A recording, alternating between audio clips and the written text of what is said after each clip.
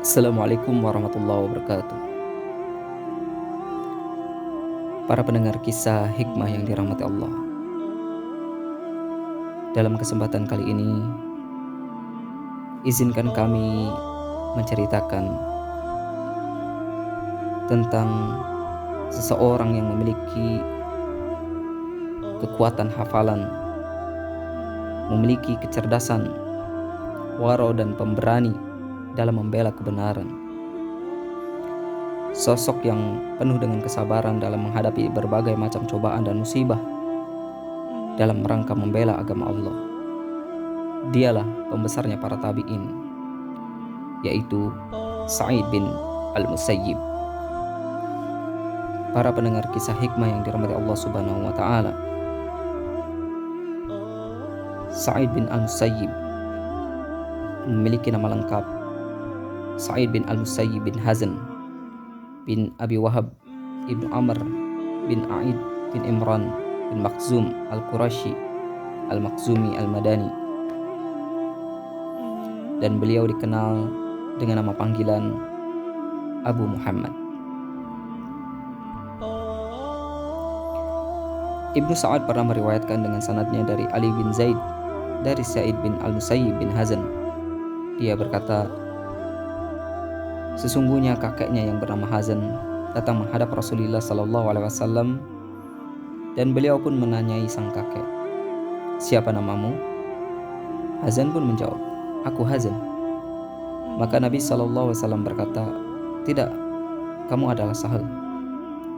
Lalu Hazn pun menjawab kembali, "Wahai Rasulullah, memang itulah nama yang diberikan oleh kedua orang tuaku kepadaku, sehingga aku pun dikenal di kalangan masyarakat dengan sebutan nama itu."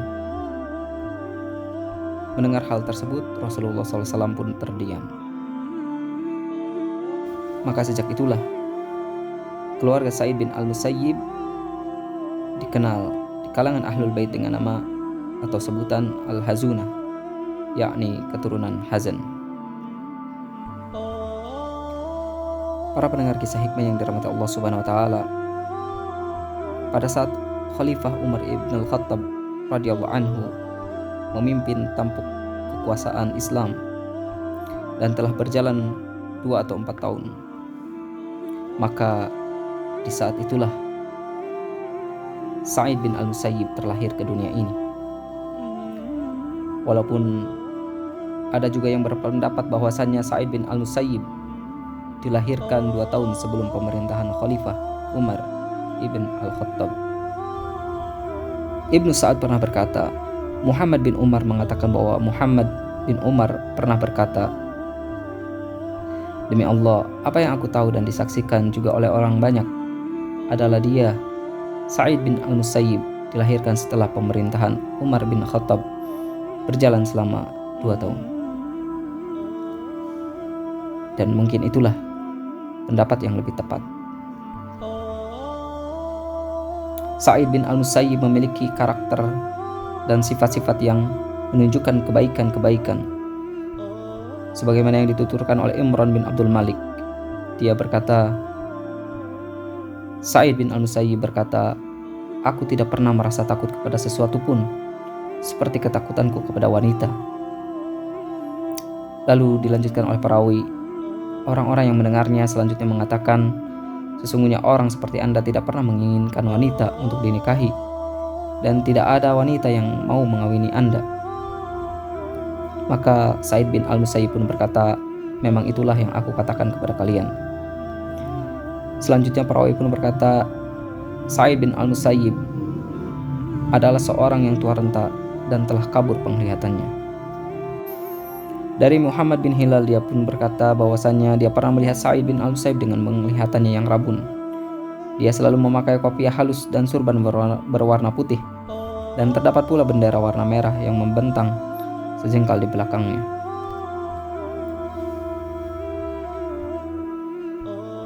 Sa'id bin Al-Musayyib selain memiliki sifat yang baik, memiliki kepribadian yang agung, tentunya tak heran menjadikannya disanjung banyak para ulama. Di antara para ulama yang menyanjungnya adalah apa yang datang dari Makhul. Dia berkata, "Aku telah menjelajahi seluruh pelosok negeri di bumi ini dalam mencari ilmu, dan aku belum pernah menjumpai seorang pun yang lebih luas wawasannya daripada Sa'id bin al-Musayyib." Sanjungan lainnya datang dari Ali bin al-Madini, yang mana beliau berkata, "Aku belum pernah menemukan para tabi'in yang lebih luas wawasannya dari Sa'id bin al-Musayyib. Menurutku, dia adalah tabi'in yang paling terhormat dan mulia." Kemudian datang lagi dari Ahmad bin Abdullah al-Ajali. Dia berkata, "Sa'id bin al-Musayyib adalah seorang yang soleh, ahli fikih, dan tidak mau mengambil begitu saja suatu pemberian, yakni hadiah. Dia pernah mempunyai barang perniagaan senilai 400 dinar. Dengan sejumlah itu, ia pun berdagang minyak." Ulama yang lain berkata, semisal Abu Hatim, "Tidak ada orang yang lebih mulia di kalangan tabi'in daripada Sa'id bin al-Musayyib. Dia adalah orang yang paling sahih, meriwayatkan hadis-hadis yang berasal dari Abu Hurairah radhiyallahu anhu." Kemudian dari Maimun bin Mihran, dia berkata, "Aku pernah datang ke kota Madinah. Lalu aku bertanya mengenai orang yang paling luas wawasan fikihnya di antara mereka. Kemudian aku pergi menemui Sa'id bin al-Musayyib dan bertanya kepadanya." Bahkan Sa'id bin al-Musayyib pun dikenal sebagai seorang yang begitu kuatnya dalam beribadah. Beliau selama hidupnya tidak pernah meninggalkan sholat berjamaah selama 40 tahun. Selain dikenal kuatnya sholat, Sa'id bin al-Musayyib merupakan sosok yang begitu menyukai puasa, sebagaimana yang dituturkan oleh Yazid bin Hazim, di mana dia berkata, Sa'id bin al-Musayyib melakukan puasa terus-menerus. Jika matahari telah terbenam, dia datang ke masjid dengan membawa minuman dari rumahnya dan meminumnya. Sungguh Sa'id bin al-Musayyib seorang abid, ahli ibadah, dan beliau begitu mencintai tempat ibadah, yakni masjid. Hampir-hampir saja setiap waktunya beliau berada di masjid. Sebagaimana yang dituturkan dari Imran bin Abdullah, dia berkata, Sa'id bin al-Musayyib berkata, "Tidak ada satu rumah pun yang menjadi tempatku berteduh di kota ini selain rumahku. Itu pun kadang-kadang untuk sekadar menengok putriku dan memberinya salam, karena dia selalu berada di masjid." Para pendengar kisah hikmah yang dirahmati Allah, selain menyukai berada di masjid, Sa'id bin al-Musayyib dikenal kuat dalam mengamalkan zikir dan membaca Al-Quran.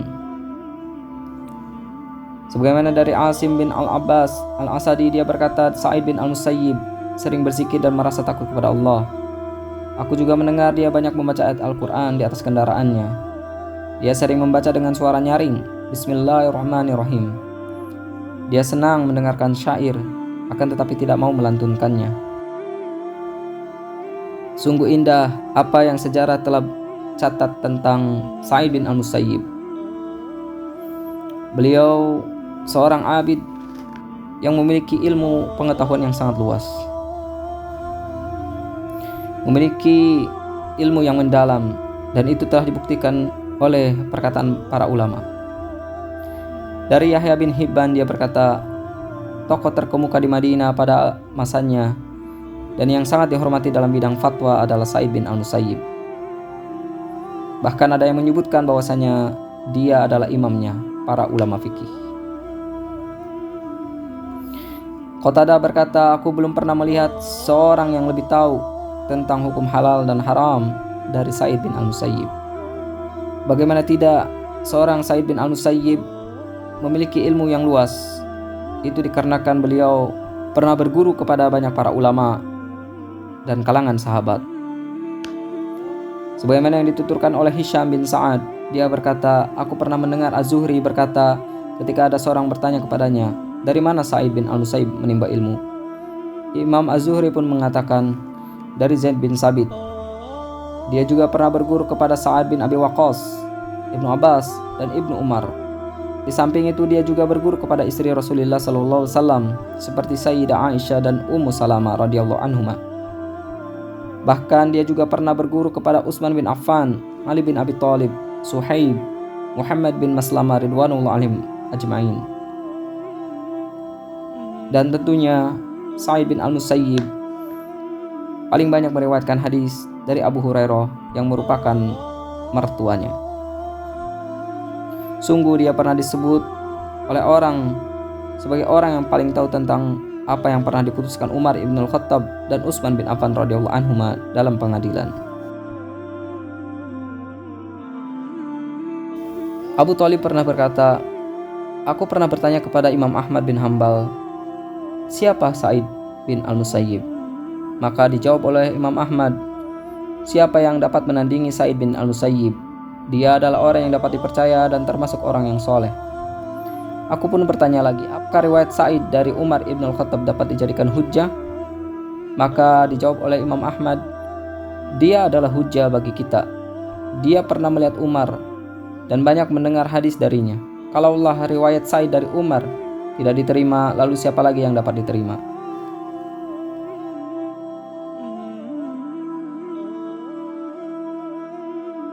Sungguh, Sa'id bin Al-Musayyib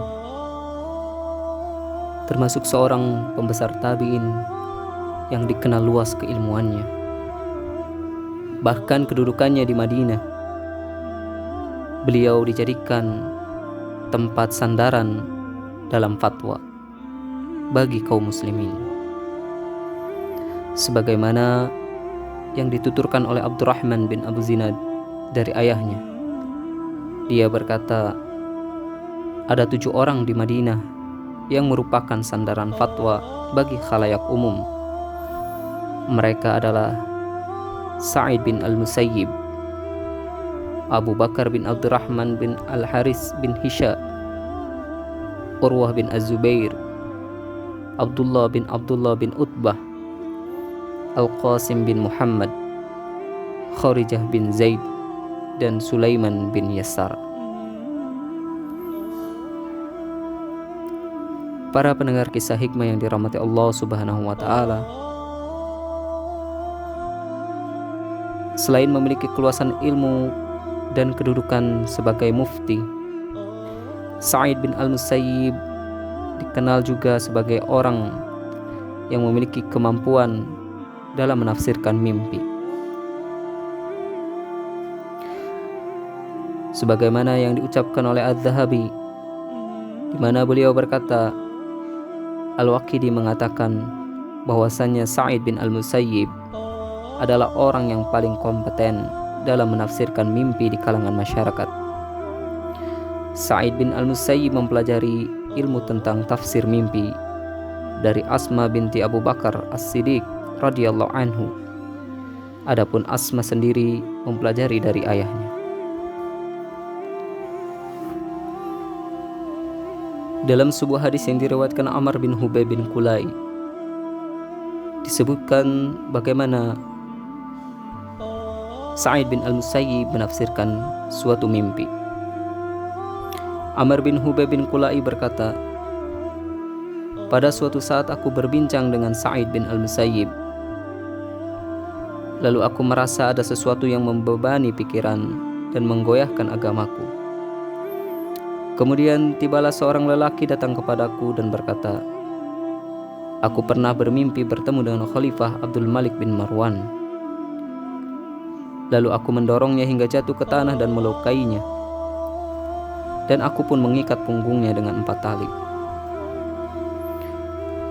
Mendengar penuturan hal itu, Sa'id bin Al-Musayyib pun bertanya, apakah mimpi kamu memang benar demikian?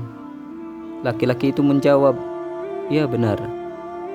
Sa'id lalu menimpali, aku tidak akan memberitahukan kepadamu walaupun kamu telah memberitahukan kepadaku tentang mimpimu itu. Maka Amar pun melanjutkan dengan mengatakan kepada Sa'id bin Al-Musayyib, Ibnu Zubair juga bermimpi serupa, sehingga dia pun menyuruhku untuk datang kepadamu, wahai Sa'id. Maka Sa'id bin Al-Musayyib pun berkata, Jika memang mimpinya benar seperti apa yang kamu utarakan, maka Ibnu Az-Zubair akan dibunuh oleh Abdul Malik bin Marwan. Sedangkan Abdul Malik sendiri akan melahirkan 4 putra yang semuanya akan menjadi khalifah. Amr masih melanjutkan dengan mengatakan, kemudian aku bergegas menemui Khalifah Abdul Malik bin Marwan di Syam dan menceritakan mimpi dan penafsiran Sa'id bin al-Musayyib akan hal itu. Dan ternyata sang khalifah pun merasa sangat senang. Kemudian sang khalifah bertanya kepadaku tentang Sa'id dan keadaannya, maka aku beritahukan tentangnya. Hingga pada akhirnya dia memerintahkan kepada pengawalnya untuk membayar hutang-hutangku, dan sungguh aku mendapatkan banyak keberuntungan darinya. Dalam suatu kesempatan ada juga yang bertanya kepada Sa'id bin al-Musayyib tentang sebuah mimpi. Wahai Abu Muhammad, aku bermimpi seolah-olah aku berada di balik bayangan matahari. Lalu aku berdiri menatap matahari tersebut. Sa'id pun menjawab, jika mimpimu benar maka kamu akan keluar dari Islam. Lalu laki-laki itu pun bertanya kembali, wahai Abu Muhammad, sungguh aku melihat diriku dikeluarkan dengan paksa, sehingga aku berada di bawah terik matahari. Lalu aku duduk. Dijawab oleh Sa'id bin al-Musayyib, wahai saudaraku, kamu akan dipaksa untuk kufur, yakni keluar dari Islam.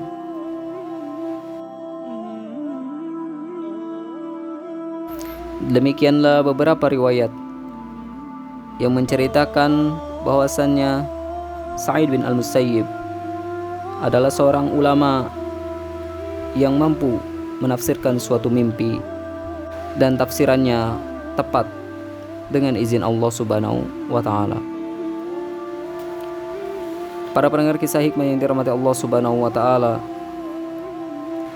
sungguh tidak lengkap rasanya apabila kita mencukupkan tentang Sa'id bin al-Musayyib sampai di sini saja. Perlu kiranya mengetahui bagaimana kewibawaan dan perjuangan beliau dalam membela kebenaran.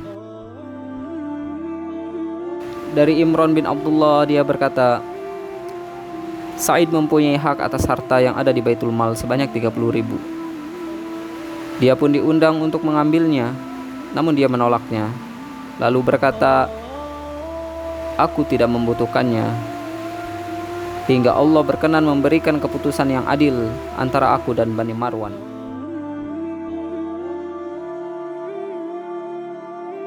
Dikisahkan pula dari Ali bin Zaid, di mana dia berkata, seseorang pernah berkata kepada Sa'id bin al-Musayyib, wahai Sa'id, apa pendapat anda tentang Al-Hajjaj bin Yusuf Ats-Tsaqafi yang tidak pernah mengutus seseorang kepada anda dan tidak pula dia menyakiti anda?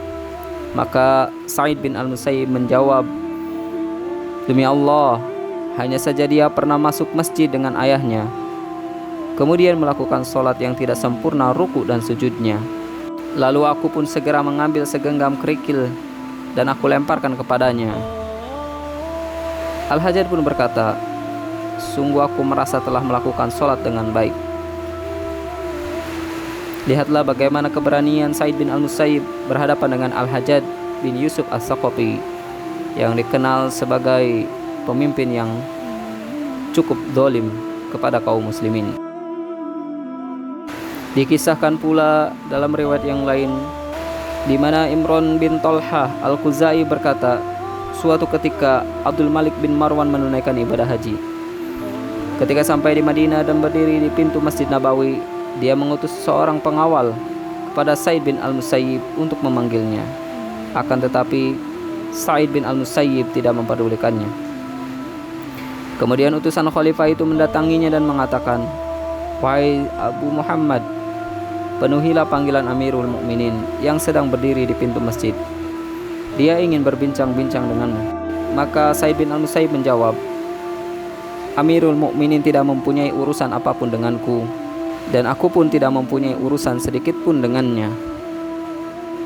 Kalau memang dia mempunyai keperluan denganku, pasti itu salah alamat. Lalu utusan khalifah kembali dan melapor, Maka khalifah pun berkata, "Kembalilah dan katakan kepadanya bahwa aku hanya ingin berbicara dengannya dan tidak ingin apa-apa darinya." Lalu utusan itu pun berkata kepada Sa'id, "Penuhilah undangan Amirul Mukminin."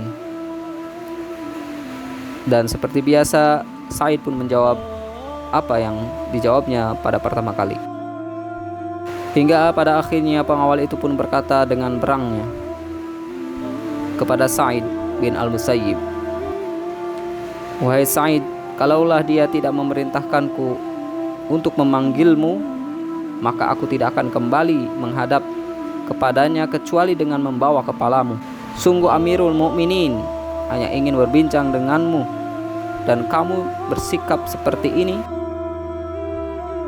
Maka Sa'id pun menjawab dengan tenang, "Jika memang Amirul Mukminin ingin berbuat baik kepadaku, maka Anda akan mendapatkan keuntungannya. Namun jika dia menginginkan selain itu, maka aku tidak akan berdiri hingga harus ada seorang penengah di antara kami." Akhirnya pengawal itu kembali dan melaporkan apa yang didengarnya dari Sa'id bin Al-Musayyib. Kemudian Amirul Mukminin pun berkata, "Semoga Allah memberikan rahmat kepada Abu Muhammad. Dia memang bandel dan keras hati." Kemudian diceritakan dari Amir bin Asim, dari Salam bin Miskin, dari Imran bin Abdullah bin Talha Al-Khuzai, di mana dia berkata, ketika Al-Walid resmi diangkat sebagai khalifah, dia datang ke Madinah. Setelah berada di Madinah, dia lalu masuk ke sebuah masjid dan melihat orang yang sudah tua dikelilingi banyak orang. Sang khalifah pun bertanya, "Siapa orang itu?" Orang-orang yang hadir menjawab, "Dia adalah Sa'id bin Al-Musayyib." Maka sang khalifah pun duduk, lalu mengutus pengawalnya untuk memanggil Sa'id bin Al-Musayyib. Dengan segera sang utusan pun mendatangi Sa'id, lalu mengatakan, "Wahai Sa'id, penuhilah panggilan Amirul Mukminin." Dengan tenangnya Sa'id bin Al-Musayyib pun menjawab, "Mungkin Anda salah menyebut namaku, atau mungkin dia mengutus Anda kepada orang lain." Lalu utusan khalifah kembali dan melaporkan sikap Sa'id, sehingga membuat sang khalifah marah dan berniat untuk menghampirinya sendiri. Padahal saat itu orang-orang masih ramai di masjid, sehingga mereka menyambut sang khalifah lalu berkata, "Wahai Amirul Mukminin, tahukah Anda dia adalah ulama fikih di Madinah, pembesarnya kaum Quraisy dan juga teman dari ayahmu. Tak ada seorang pun dari khalifah yang bisa membuatnya memenuhi panggilan mereka." Ketika mendengar hal tersebut, sang khalifah pun, yakni Al-Walid, akhirnya menyerah dan pergi meninggalkan Sa'id bin Al-Musayyib. Dari riwayat-riwayat ini kita mengetahui keberanian dan ketinggian kedudukan atau wibawa Sa'id bin Al-Musayyib. Beliau tidak mau tunduk kepada perintah khalifah, manakala perintah tersebut bukanlah suatu kewajiban, ataupun manakala beliau sendiri Sa'id bin Al-Musayyib memiliki ketidaksukaan terhadap sang khalifah. Buktinya, manakala Sa'id bin Al-Musayyib dipanggil oleh khalifah Umar bin Abdul Aziz, beliau pun mendatanginya dengan rela. Sebagaimana Ibnu Sa'ad dalam kitab At-Tabaqatnya dari Malik bin Anas, yang mana beliau mengatakan, pada saat Umar bin Abdul Aziz menjabat khalifah, dia tidak pernah memutuskan suatu perkara kecuali setelah meminta pendapat dan bermusyawarah dengan Sa'id bin Al-Musayyib. Hingga suatu ketika Khalifah Umar bin Abdul Aziz mengutus pengawalnya, kemudian menanyakan suatu permasalahan. Sang pengawal pun mengundang dan mengajak Sa'id bin Al-Musayyib datang ke istana. Setelah Sa'id bin Al-Musayyib datang ke istana, Umar bin Abdul Aziz pun segera berkata, "Utusanku telah melakukan kesalahan, wahai Sa'id. Aku hanya ingin menanyakan kepadamu tentang suatu permasalahan di majelismu."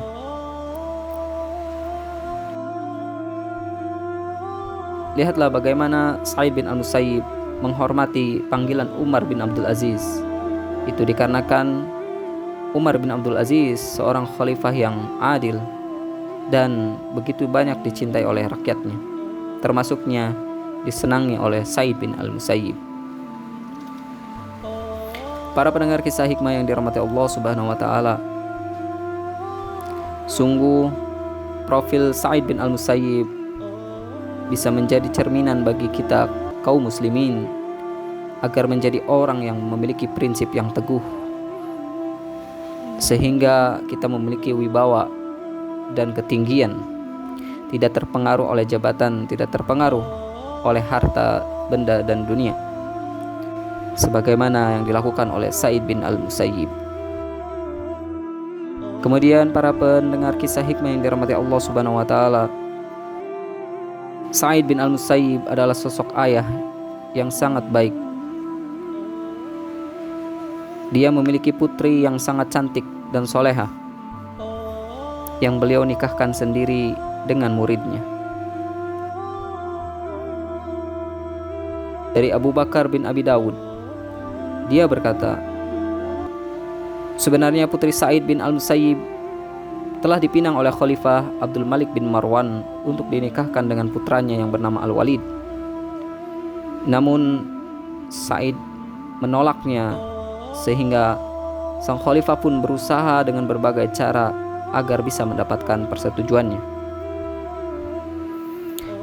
Namun keteguhan hati Sa'id bin Al-Musayyib dengan tidak merelakan putrinya dinikahi oleh Al-Walid membuatnya mendapatkan cambukan dari sang khalifah Abdul Malik bin Marwan. Sang khalifah mencambuknya 100 kali di musim dingin, bahkan menyiramkan air dingin ke tubuhnya, lalu memakaikan jubah yang terbuat dari kain sutra kepadanya. Kemudian perawi melanjutkan kisahnya.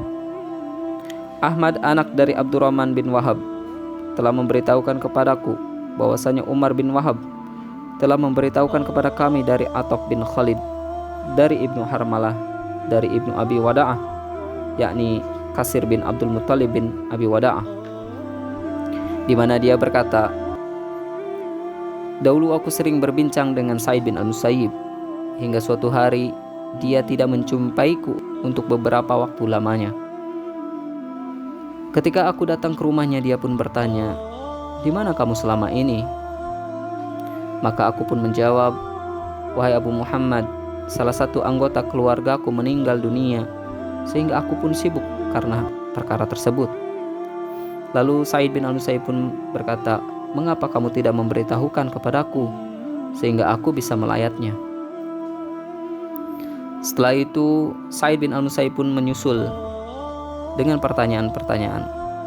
Di antaranya adalah, wahai Ibnu Abi Wada'ah, apakah kamu sudah mendapatkan perempuan calon istrimu? Maka aku pun menjawab, semoga Allah memberikan rahmat kepadamu.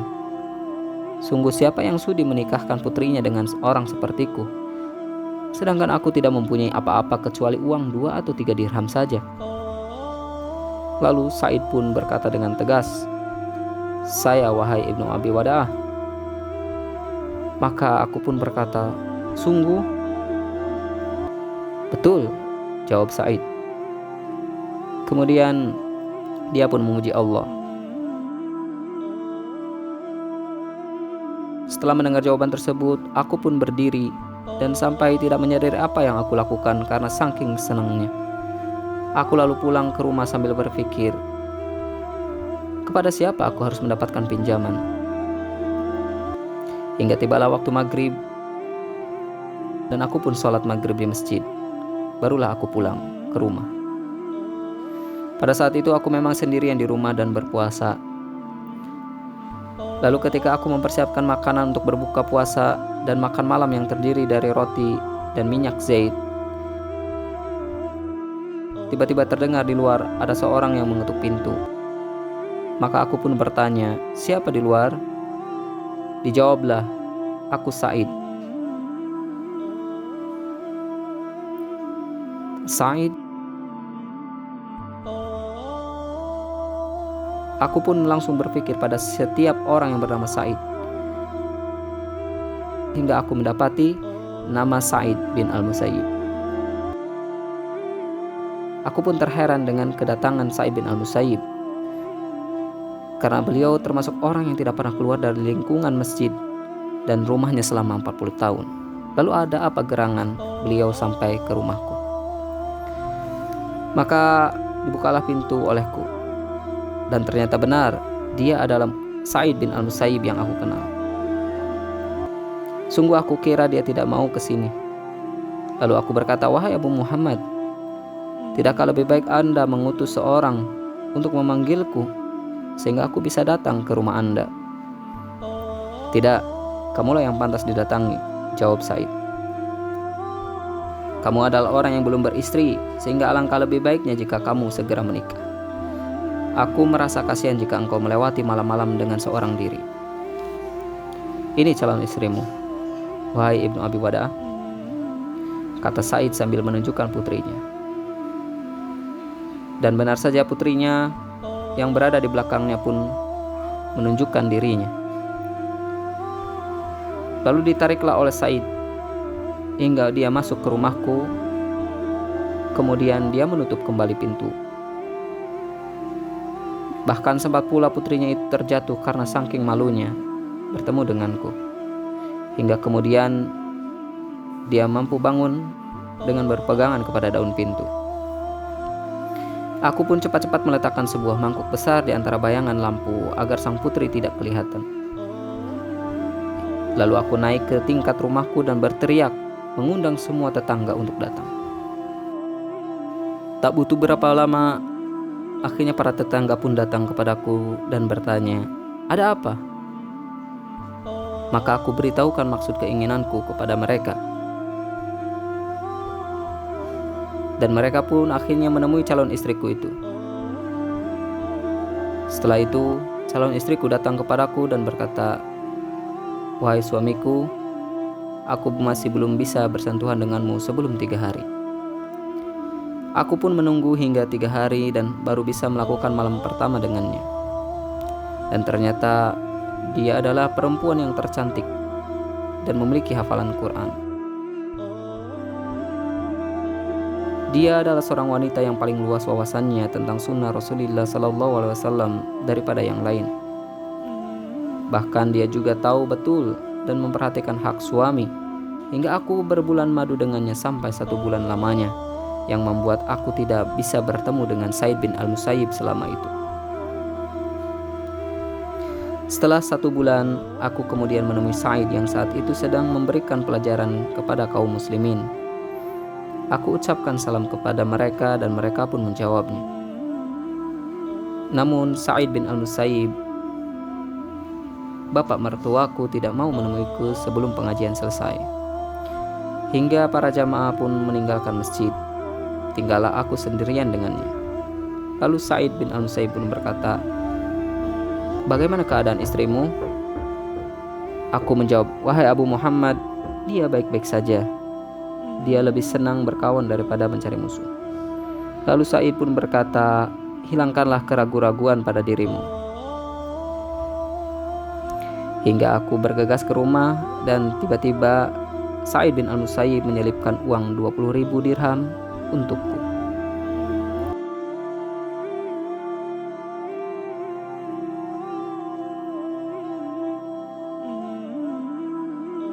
Para pendengar kisah hikmah yang dirahmati Allah Subhanahu wa Ta'ala, sungguh buah tidak akan jatuh jauh dari pohonnya. Kebaikan yang dimiliki oleh putri Sa'id bin Al-Musayyib adalah apa yang diwariskan oleh bapaknya, yaitu Sa'id bin Al-Musayyib, kepadanya. Pastilah seorang ayah akan mengajarkan kebaikan-kebaikan terlebih kepada putrinya. Maka tak heran putrinya pun diakui sebagai wanita yang solehah, memiliki wawasan luas tentang sunnah Rasulullah SAW, dan begitu mengerti tentang hak-hak suami. Para pendengar kisah hikmah yang dirahmati Allah Subhanahu wa Ta'ala, Sa'id bin Al-Musayyib termasuk orang yang mendapatkan banyak ujian. Namun beliau termasuk orang yang sabar dalam menghadapi ujian. Sebagaimana dari Abdullah bin Ja'far dan lainnya, mereka berkata, Ibnu Zubair diangkat menjadi gubernur oleh Jabir bin Al-Aswad bin Auf Az-Zuhri di Madinah. Jabir lalu mengajak orang-orang untuk membaiat Ibnu Az-Zubair. Namun Sa'id bin Al-Musayyib saat itu berkata, "Tidak, aku tidak mau membaiatnya." Sehingga orang-orang pun mengerumuni beliau. Pada akhirnya Jabir pun tidak sabar lalu mencambuk sebanyak 60 kali dengan cemeti. Berita ini pun sampai kepada Ibnu Az-Zubair dan dia pun melayangkan surat kecaman kepada Jabir, sang atasan. Di dalam surat tersebut Ibnu Az-Zubair berkata, "Aku tidak mempunyai masalah dengan Sa'id bin Al-Musayyib, maka tolong lepaskanlah dia."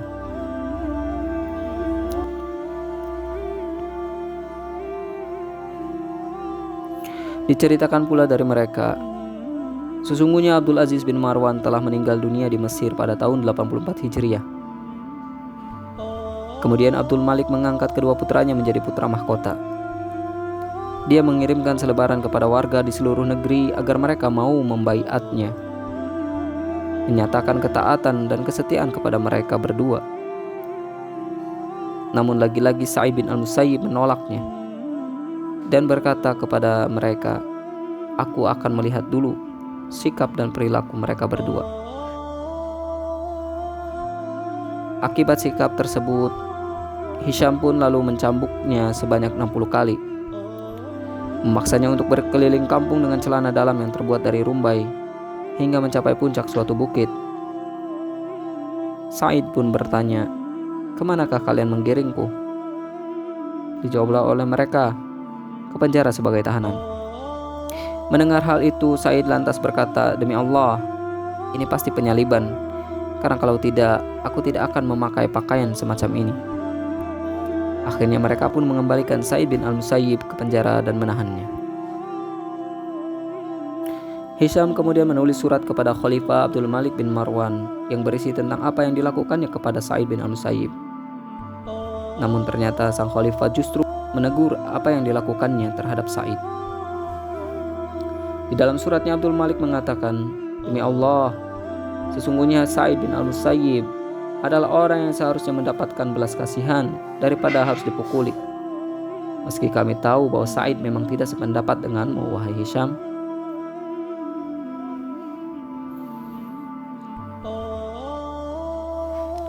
Diriwayatkan pula dari Abu Yunus Al-Qawi di mana ia berkata, "Suatu saat aku memasuki Masjid Madinah dan di sana aku melihat Sa'id bin Al-Musayyib sedang duduk sendirian seorang diri.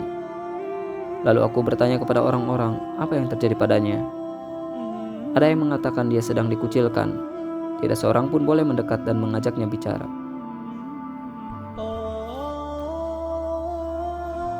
Qatadah berkata, sungguh Ibnu Al-Musayyib, jika ada seorang yang ingin berbincang dengannya, dia berkata, mereka telah menderaku, yakni Hisham dan para pengawalnya, dan melarang orang-orang untuk berbicara denganku." Para pendengar kisah hikmah yang dirahmati Allah Subhanahu wa taala, semoga Allah merahmati Sa'id bin Al-Musayyib dan memberikannya berbagai pahala kebaikan atas kesabarannya menghadapi perlakuan orang-orang yang tidak sejalan dengan beliau. Amin ya rabbal alamin.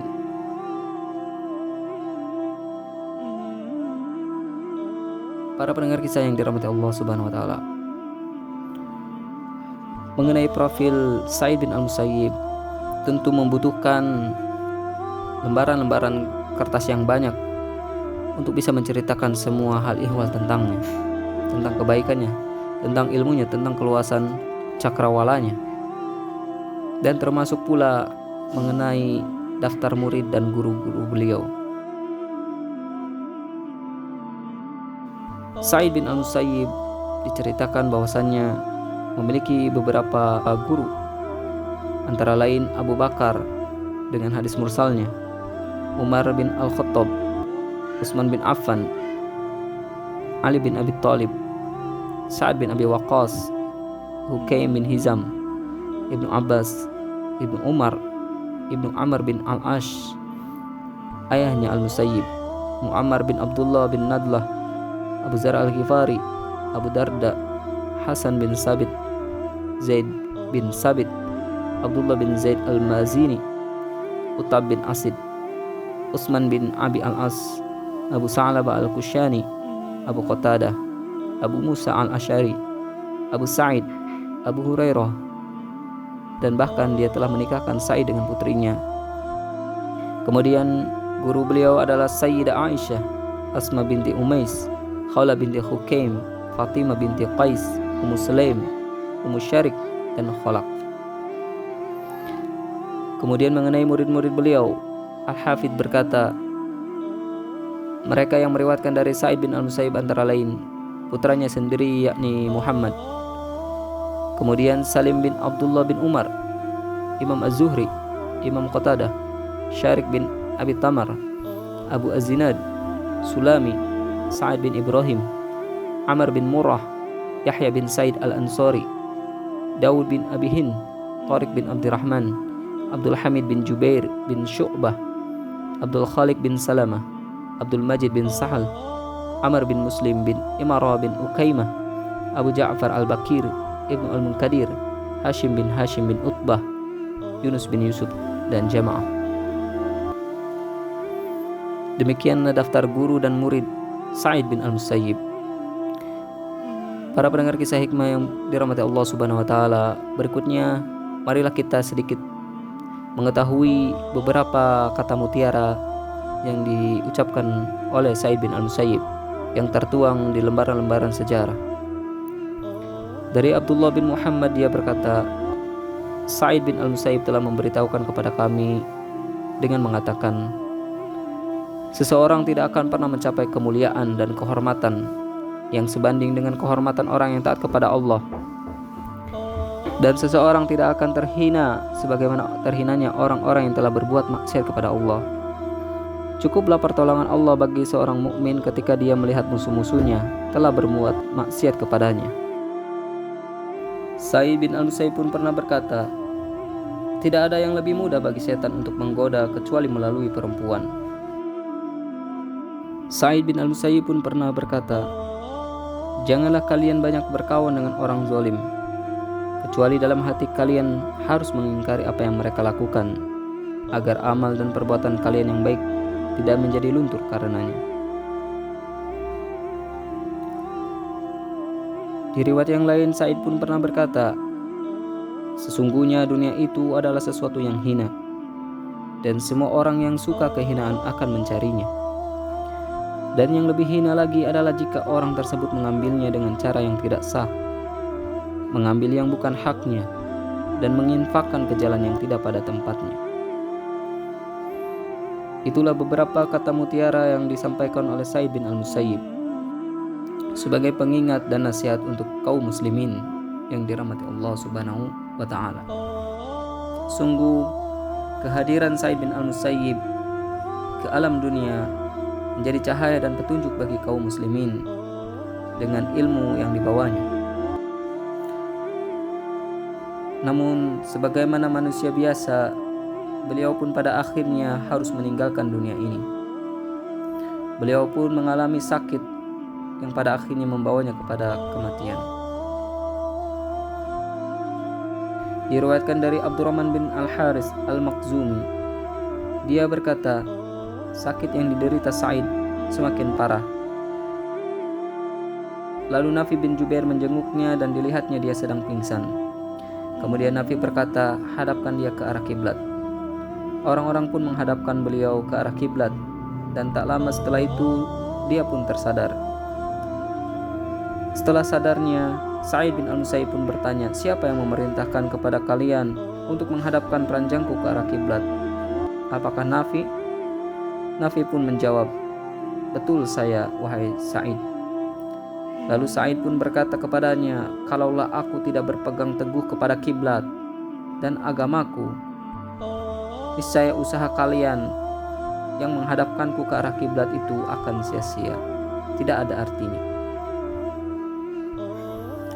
Diceritakan pula oleh Yahya bin Sa'id di mana dia berkata, ketika Sa'id bin al-Musayyib sedang mengalami sakaratul maut, dia meninggalkan warisan beberapa uang dinar. Lantas dia berkata, "Ya Allah, sesungguhnya Engkau tahu bahwa aku tidak meninggalkan harta tersebut kecuali untuk menjaga kehormatan dan agamaku, yakni membayar hutang ataupun perjuangan Islam."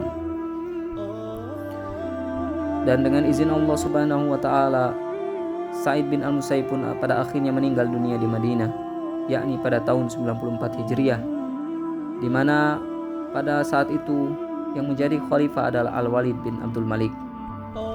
Dan di tahun meninggalnya beliau, yakni di saat beliau berusia 75 tahun, banyak pula para fuqaha yang meninggal. Di antara para fuqaha yang meninggal di tahun yang sama dengan Sa'id bin al-Musayyib adalah Abu Muhammad Urwa bin Az-Zubair, Abu Bakar bin Abdurrahman bin Al-Haris bin Hisham Al-Mughirah Al-Makhzumi, Zainal Abidin Ali bin Al-Husain Al-Hashimi, yang merupakan pembesarnya para ulama dan ahli zuhud. Semoga Allah senantiasa memberikan rahmatnya untuk mereka semuanya, dan selawat serta salam selalu tercurah kepada baginda Rasulullah Sallallahu Alaihi Wasallam. Amin ya Rabbal Alamin. Demikianlah profil singkat daripada Sa'id bin al-Musayyib, seorang ulama, pembesarnya tabi'in, sandaran fatwa. Beliau hidup dengan waktu yang cukup singkat, yakni 75 tahun. Dan beliau pun meninggal di negeri yang diberkati, yaitu Madinah. Dan di mana beliau meninggal, di saat itu pula banyak para fuqaha yang meninggal, hingga tahun tersebut dikenal Sana al-Fuqaha, tahunnya bagi para ulama fikih. Assalamualaikum warahmatullahi wabarakatuh.